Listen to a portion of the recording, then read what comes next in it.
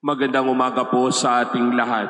Magandang umaga po, Padre. Patuloy nating napapakinggan ngayon sa ating mga pagbasa sa ating Ebanghelyo ang pangaral, ang pagtutuwid ni Jesus sa buhay ng mga Pariseo at mga Eskriba. Sila yung mga tao sa kapanahonan ni Jesus na kilala bilang naglilingkod sa templo. Sila yung nakakaangat sa buhay sa kanilang komunidad sapagkat sila ang gumagawa ng mga batas at sila rin ang nagpapatupad ng batas sa kanilang komunidad. Bagamat sila ang may alam, bagamat sila ang nagiging dahilan para kumilos ang lahat, ang kanilang loob ay punong-puno ng mas kasamaan, lalong-lalo na ang mga hindi magandang intensyon. Sa atin, ang salitang loob ay hindi lamang yung internal part ng buhay ng tao, pero yung loob ay nangangahulugan din kung ano yung pinakakalooban, yung intensyon ng isang tao. Kaya sa umagang ito ay ating titingnan at ating susuriin ano nga ba ang nasa ating kalooban. Ano nga ba ang nalalaman ng ating kalooban, lalong-lalo na ang ating pakikipag-ugnay sa ating kapwa, sa ating pagtulong sa nangangailangan, at higit sa lahat sa pagsunod natin sa Panginoon. Ang mga Pariseo at mga Eskriba, hangad nila hindi lamang yung pagsisilbi sa Diyos, ngunit sa kanilang pagsisilbi sa Diyos, hangad nila na sila'y papurihan, na sila'y titingalain, na sila'y bibigyang pansin sa mata at salita ng tao. Mga kapatid, sa pananampalataya, minsan hindi rin malayo ang buhay ng mga Pariseo at mga Eskriba sa ating buhay pang-araw-araw, lalong-lalo na ang ating ugnayan sa kapwa, ang ating pagsunod sa Panginoon.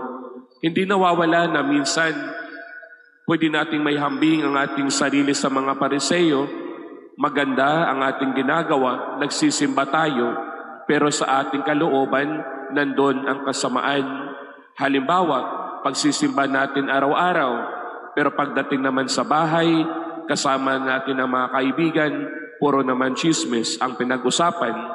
O hindi kaya, pagkatapos ng pagsisimba, pagkatapos ng pagro-rosaryo, pagkatapos nating nangungumunyon, negatibo naman ang lumalabas sa ating mga bibig, lalong-lalo na ang komento natin sa ating kapwa.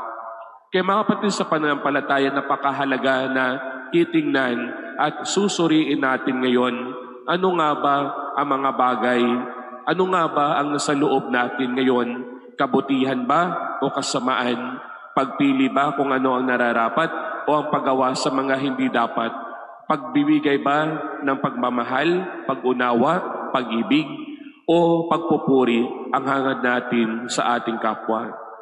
Mga kapatid, sa pananampalataya, ang salita ng Diyos ay nagbibigay ng kalakasan at higit sa lahat nagtutuwid sa ating lahat.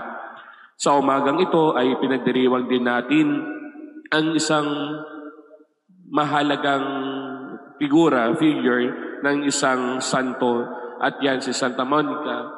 Alam kung nakikita natin ang kanyang buhay, she sacrificed many things, lalong-lalo na sa kanyang buhay pamilya, sa kanyang asawa, at sa kapagbabago ng kanyang anak. Makikita natin how she persevered in prayer, lalong-lalo na sa kahinaan, hindi sa kanya, kundi sa kahinaan sa mga nakapalibot sa kanya. At ito rin yung hamon para sa atin. Alam natin yung kahinaan natin, alam natin yung ating mga limitasyon sa buhay, alam natin yung ating mga pagkukulang sa ating pananampalataya at ang ating pagkikipagkapwa. Kaya para sa atin, katulad niya, dapat at matuto din tayong magpupursige, matuto din tayong magpapalalim ng ating pananampalataya sa pamamagitan ng ating panalangin at dasal, dahil ito ang magbibigay ng pagbabago, lalong-lalo na sa ating buhay, pagbabago sa kalooban at ang pagbabago sa pananampalataya.